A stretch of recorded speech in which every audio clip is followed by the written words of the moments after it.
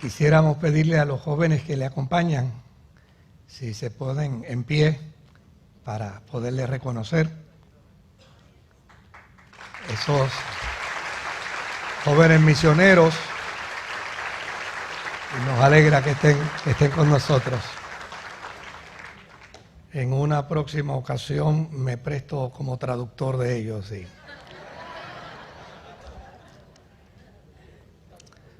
Alguien se me acercó el domingo pasado y me dijo: pastor, ¿qué vamos a hacer con la gente que se duerme en el culto?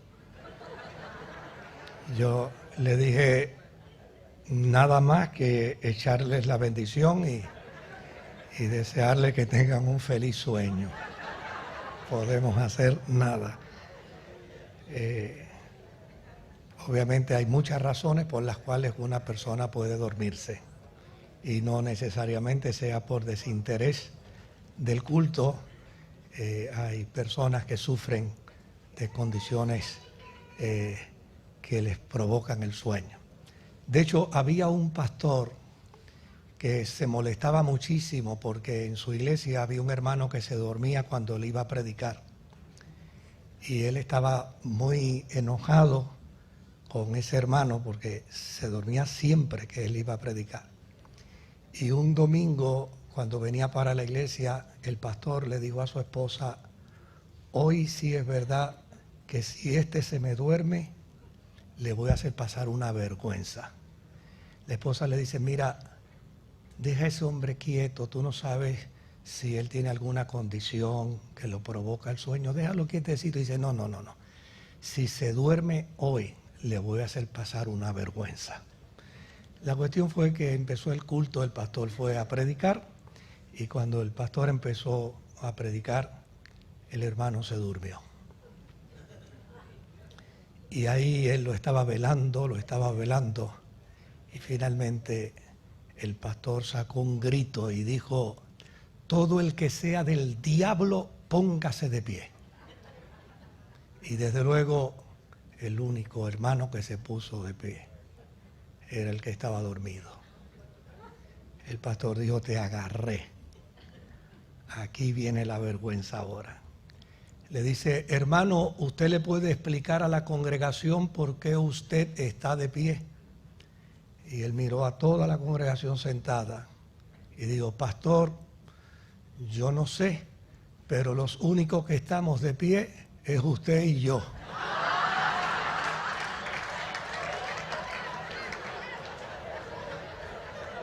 Mejor déjelos quietos. Si se le duerme a alguien al lado, déjelo quieto. Ruth capítulo 3 y verso 11.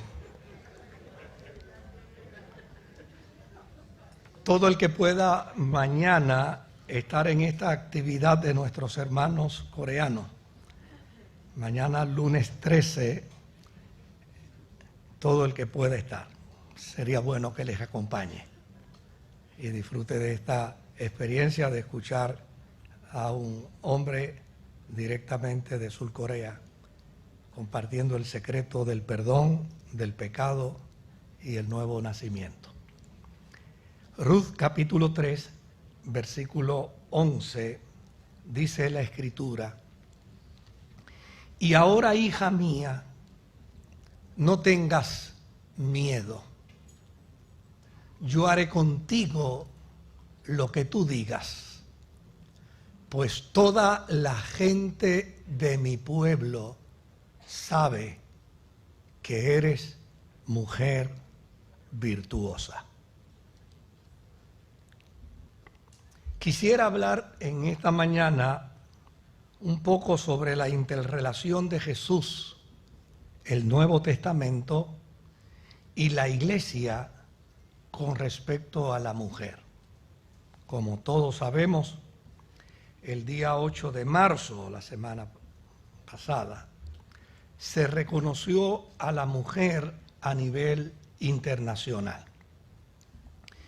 Y dicha celebración responde a una determinación llevada a cabo ante la Organización de las Naciones Unidas en el 1975, Desde luego, es ahora una celebración, pero esta tiene su génesis en una dolorosa historia del 8 de marzo de 1857, donde 120 mujeres resultaron muertas en una protesta por las miserables condiciones laborales a las que estaban expuestas. Luego, el 25 de marzo de 1911, en una fábrica de camisas en Nueva York, 123 mujeres y 23 hombres murieron en un incendio como consecuencia de las precarias condiciones de seguridad en que estaban expuestas estas mujeres y estos empleados. Hoy, luego de la celebración, sería bueno poder mirar, aunque sea someramente a la luz de las Sagradas Escrituras, cuál ha sido la interacción y el entendimiento de la fe cristiana con respecto a la mujer en condición de igualdad al hombre. La diversidad de pensamientos e interpretación de algunos obviamente oscila de un extremo a otro. Esto como consecuencia de que poseemos un documento sagrado en el que existen diversos contextos sociales, contextos culturales, que pueden afectar la sana interpretación textual si sacamos de contexto lo que el Sagrado Libro nos expone. Es decir, no podemos ir a las Escrituras para literalizarla. Necesitamos mirar el contexto histórico para interpretarla. Desde luego, hay diversas posturas con respecto a la mujer dentro del marco social y cultural de los pueblos en las Sagradas Escrituras. Pero a fin de cuentas, el cristianismo presenta una nueva dimensión y un nuevo entendimiento en cuanto a la relación hombre y mujer, usando el modelo de la persona de Jesús, quien es el fundamento principal de la fe cristiana. Lo he dicho siempre en mis 47 años como pastor. Respeto la religión musulmana, pero no soy musulmán. Respeto la religión hinduista, pero no practico el hinduismo. Respeto la religión judía, pero yo no practico el judaísmo. Soy cristiano. Y como tal, tengo un emblema. Y como tal, proyecto mi identidad dentro de mi fe cristiana.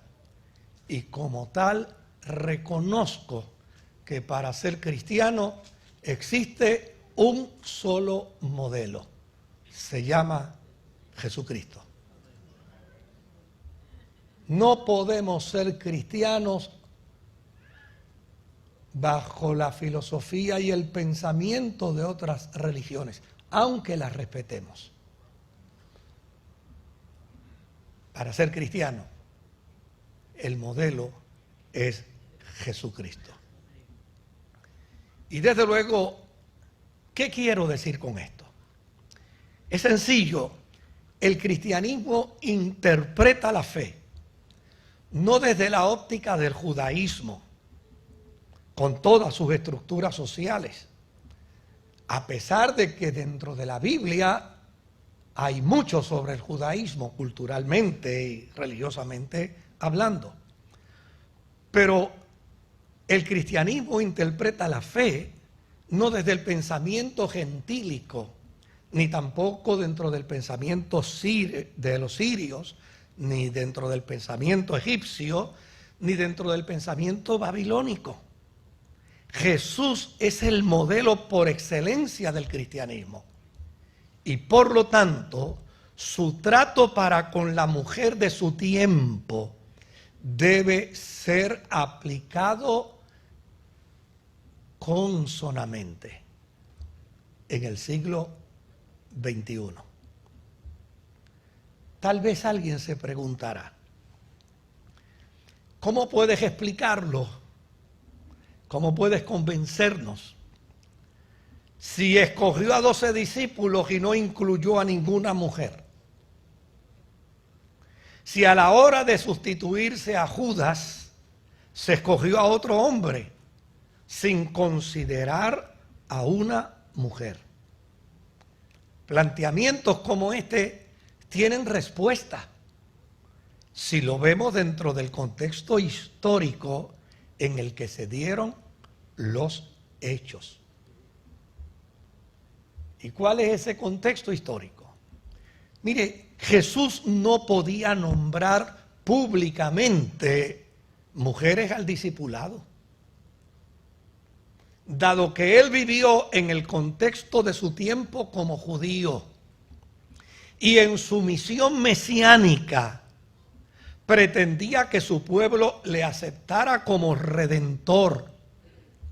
Por lo tanto, no podía violentar las reglas sociales de su tiempo, dado que él venía como redentor para toda la humanidad y no como un mártir para la causa política o para la causa social o cultural de su tiempo.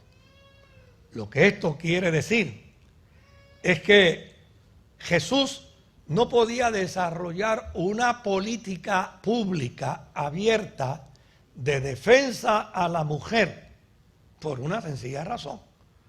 Porque los judíos estaban buscando ocasión para matarlo. Y esa hubiera sido una buena ocasión. Tuviéramos un mártir, pero no tendríamos un redentor. Ahora, lo que es interesante es que a través de su ministerio, Jesús nos deja claras enseñanzas revelando su buena disposición para devolverle a la mujer su estado original antes de la caída en el huerto del Edén, donde el hombre era varón y la mujer era varona. Es decir, de igual a igual. En adición, su enseñanza del reino establecido por él dejaba meridianamente claro el abandono total de los prejuicios sexistas, étnicos, culturales, intelectuales, según cita el apóstol San Pablo en su carta a los Gálatas. Note bien lo importante que es esto. Para el apóstol San Pablo, en su carta a los Gálatas, está meridianamente claro el discurso de Jesús en cuanto a su interrelación con la mujer. Y mira lo que Pablo dice en Gálatas capítulo 3 y verso 27.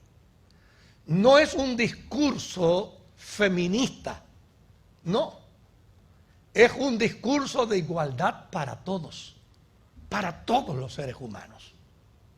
Vamos a leerlo. Pues todos los que habéis sido bautizados en Cristo. ¿Cuántos han sido bautizados en Cristo? De Cristo estáis revestidos. Ya no hay judío ni griego, no hay esclavo ni libre, no hay varón ni mujer, porque todos vosotros sois uno. ¿Lo entendió? Todos vosotros sois uno en Cristo Jesús. ¿quién podrá olvidar la enseñanza del Evangelio según San Mateo, donde se muestran los nombres de 4 mujeres en el Antiguo Testamento, dentro de el macro cultural y social de ese tiempo, porque no todas eran judías? Pero Mateo prefigura la interacción mesiánica, y en esa prefiguración de la interacción mesiánica coloca a 4 mujeres antiguo testamentarias para hacernos saber que ellas están vinculadas al tiempo de Jesús y posteriormente a Jesús. Están vinculadas dentro del contexto del cristianismo. ¿Quién podrá olvidar a Rahab? ¿Quién podrá olvidar a Ruth? ¿Quién podrá olvidar a Tamar? ¿Quién podrá olvidar a Betsabé? Mujeres a quienes la gracia alcanzó, a pesar de sus defectos humanos, para que ellas demarcaran el curso del que vendría a vindicar a la mujer. De no haber sido por Rahab, de no haber sido por Ruth, de no haber sido por Tamar, de no haber sido por Betsabé, la historia del nacimiento de Jesús no tuviera la evidencia contundente para demostrarse que Él era el Mesías. ¿Qué otras cosas podemos ver dentro del cristianismo que demarcan esa interrelación de igualdad entre el hombre y la mujer? Lo primero a señalar es la historia de su nacimiento. Los evangelistas dicen, nacido de mujer. Y no de cualquier mujer, sino de una que en sí misma reunía todas las cualificaciones para ser consideradas por Dios, a fin de que el Espíritu Santo concibiera en ella. Dentro del marco teológico de Mateo, que es judío, el Espíritu Santo es quien trae la verdad de Dios a los seres humanos. Y en este caso de su historia del nacimiento de Jesús, Mateo nos va a decir que el Espíritu Santo ha elegido a una mujer, María, para que la verdad de Dios se revele en su vientre y dé a luz la más extraordinaria criatura que salvará al mundo, Jesucristo. No es de extrañarnos el que las referencias a la mujer en el Antiguo Testamento contenga un número tan alto de mujeres interactuando con Jesús. No olvidemos, eran un 0 a la izquierda antes de Jesús y en el tiempo de Jesús. La mujer era un objeto para su padre y era un objeto para su esposo. Pero observe bien la interacción de Jesús con ellas. Jamás las deshonró. Jamás las menospreció. Jamás las estereotipó. Todo lo contrario. Las dignificó en su interrelación. Las incluyó en su ministerio discipular.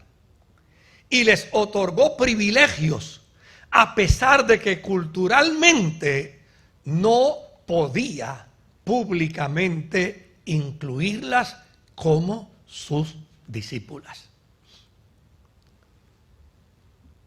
Si con lo que estoy diciendo alguien piensa en el encuentro de Jesús con la mujer sirofenicia de Marcos y de Mateo, para decirme, pastor, se equivocó. Hay una mujer a la que Jesús humilló y a la que Jesús ridiculizó. Pues al tal le tendría que es importante que entienda cuál es el mensaje de la historia. La historia está enmarcada en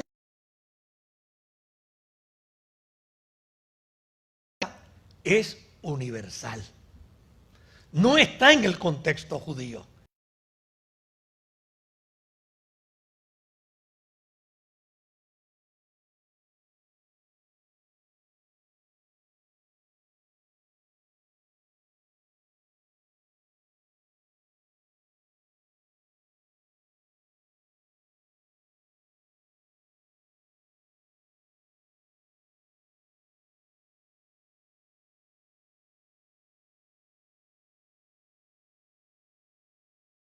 Que de hecho, tanto en Mateo como en Marcos aparece sin nombre. Y qué bueno que aparece sin nombre, porque cualquiera mujer puede ser la mujer sirofenicia. Esta interrelación revela que el ministerio de Dios en cuanto a la gracia no se limita a grupos y a personas particulares, sino que pertenece a todos los que tienen fe. Y esta mujer, que no era judía, tenía tanta fe como Abraham. Por eso Jesús le dice, hágase conforme tú deseas. Desde luego que Jesús no provocaría ninguna violación de ley que afectara el propósito fundamental de su intervención histórica. Vuelvo a repetirle, Jesús no vino a morir como mártir. Jesús vino a dar su vida en propiciación de los pecados de toda la humanidad. Mas si observamos, Jesús desacató las reglas sociales de su época e interactuó con las mujeres que le acompañaron y le apoyaron en su ministerio. ¿Cómo lo hizo?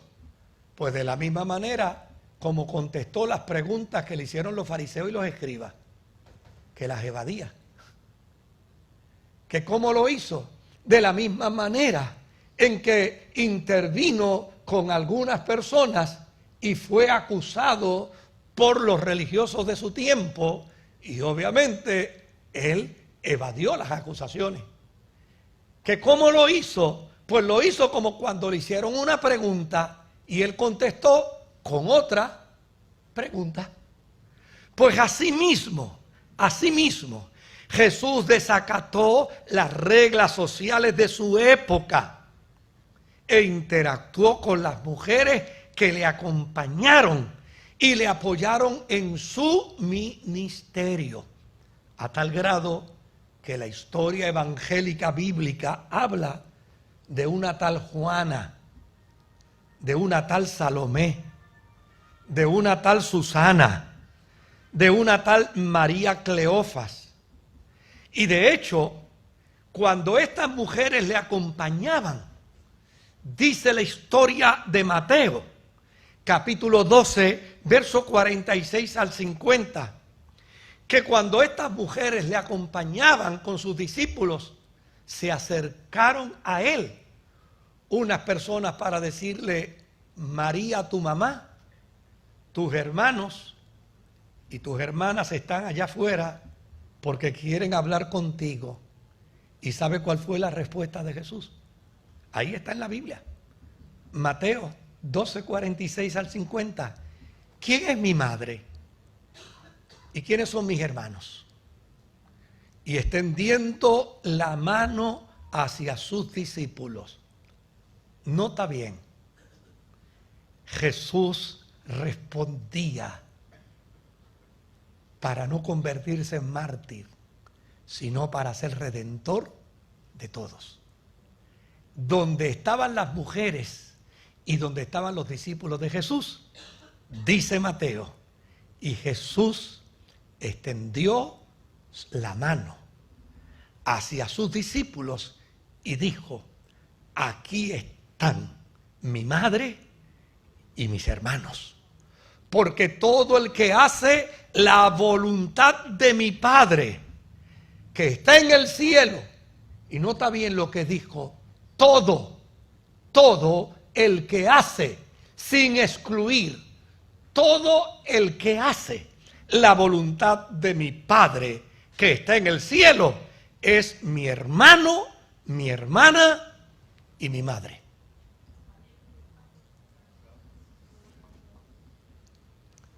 Jesús también se acercó a mujeres cuyas condiciones de vida eran angustiosas, eran dolorosas, con condiciones de enfermedad despreciadas por la sociedad.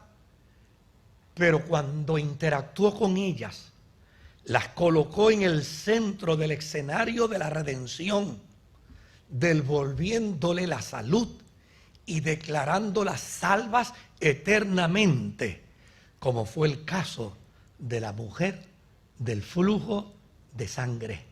Tu fe te ha salvado.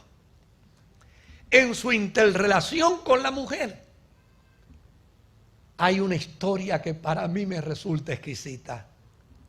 Una niña de 12 años de edad, que estaba muy enferma. Jesús llegó hasta donde estaba ella. La niña había fallecido. Fíjese que ya dije que la mujer era un cero a la izquierda, que la mujer era un objeto del padre y posteriormente del esposo, del marido. Pero mire los datos hermosos de esta historia. El padre de esta niña plantea una dimensión totalmente opuesta a la dimensión cultural y social de su tiempo. En aquel tiempo, cuando a un padre le nacía una mujer, culturalmente se iba al monte a llorar y a pelear con Dios, porque consideraba que Dios había sido injusto con él, dándole una hija. Pero aquí hay un cuadro distinto. Aquí hay un padre que ha entendido que su hija es un tesoro incalculable que llena de alegría y de gozo su corazón. Y como pagando la vida, no quiere perder el gozo y la alegría de su corazón. Y prefiere ir donde Jesús para decirle a Jesús, ten compasión de mi nena. Este padre vio en Jesús quien podía afirmarlo en su postura amorosa y tierna para con aquella niña.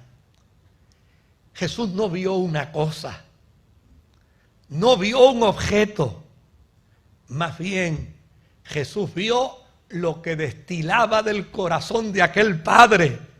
Vio a una criatura productora de alegría y de gozo a un papá. Y se acercó a ella.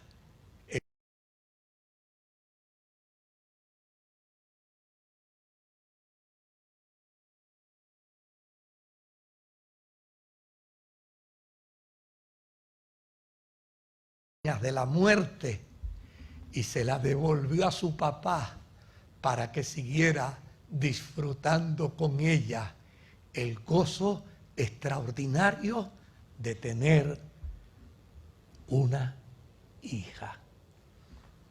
Y esto es bueno subrayarlo en la interacción de Jesús, su ministerio y la iglesia.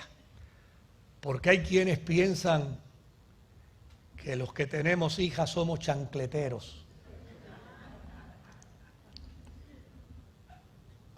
Y que yo sepa,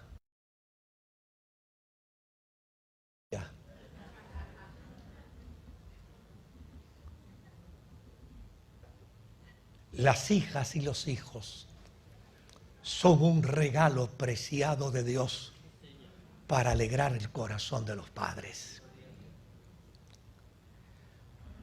¿Con cuántas mujeres más intervino Jesús? Bueno, no puedo seguir contando. Pero quisiera mencionar un grupo de mujeres que de seguro va a cambiar lo que hasta ahora usted ha dicho sobre la resurrección. Porque cuando hablamos de la resurrección de Jesús solo pensamos en María Magdalena. Y yo les voy a plantear lo que la Biblia dice para que usted no repita lo que escucha nada más. Repita lo que la Biblia dice, lo que usted puede leer de las Escrituras. Mire qué dato interesante.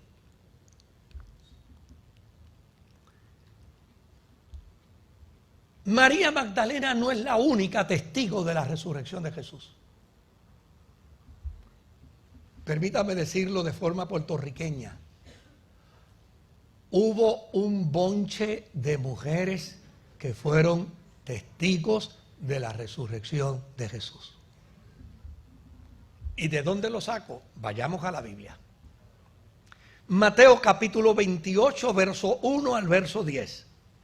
Dice que Jesús resucitado interactuó con María Magdalena y con María la de Cleofas. ¿Se da cuenta? Que no era una, habían dos.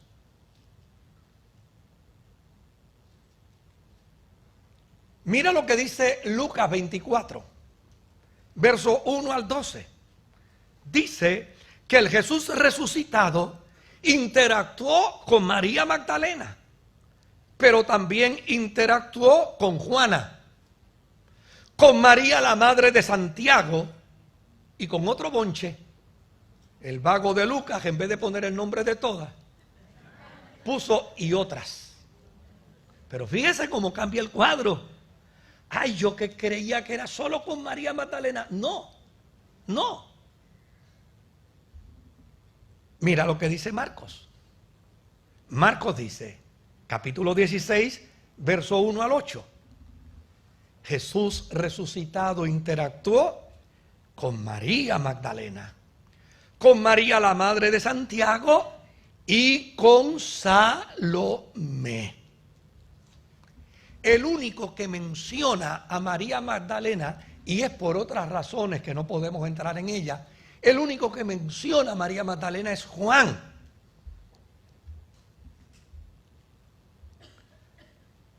Pero esto no da base para pensar en una interacción limitada, sino todo lo contrario. Mire lo que esto plantea.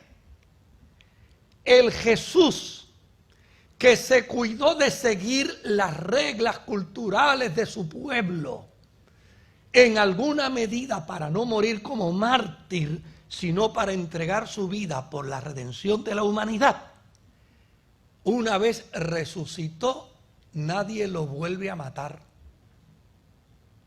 Una vez resucitó, nadie lo puede apedrear.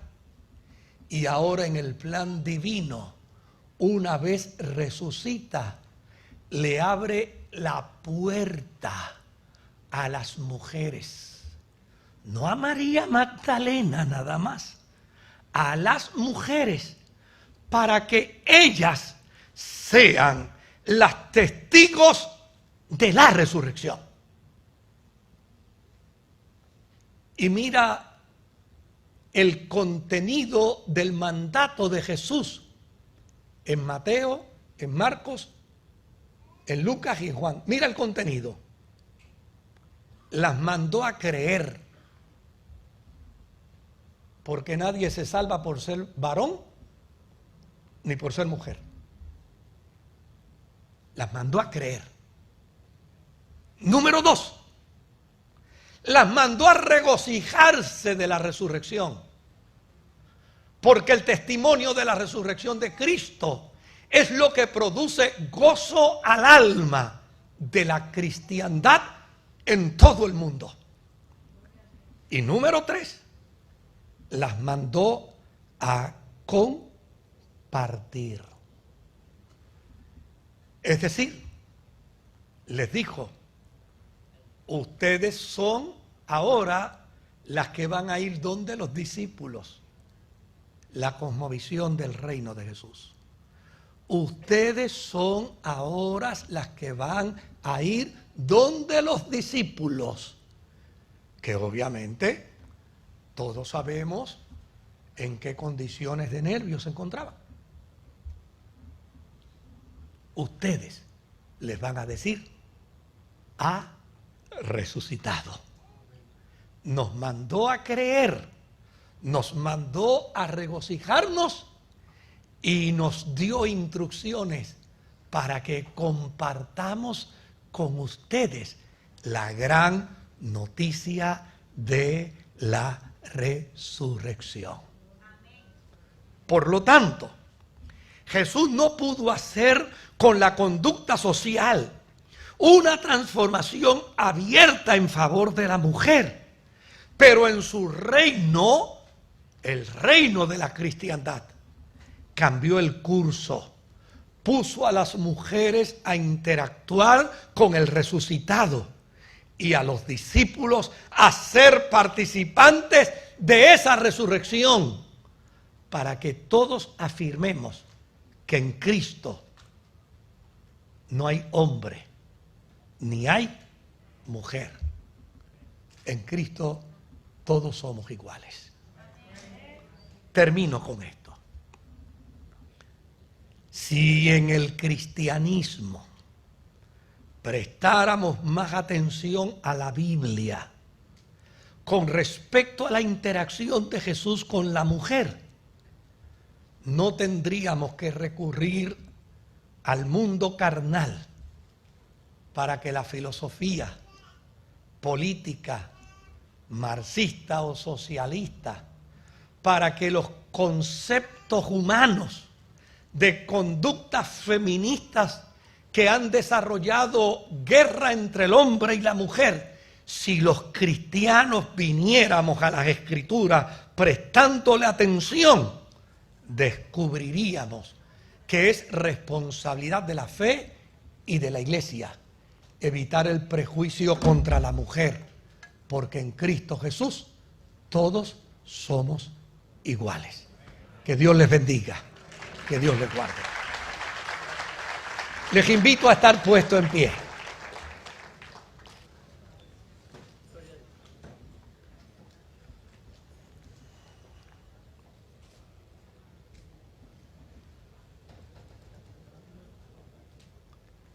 Nos alegra tener con nosotros a José Marrero y a Edna Ildefonso, invitados por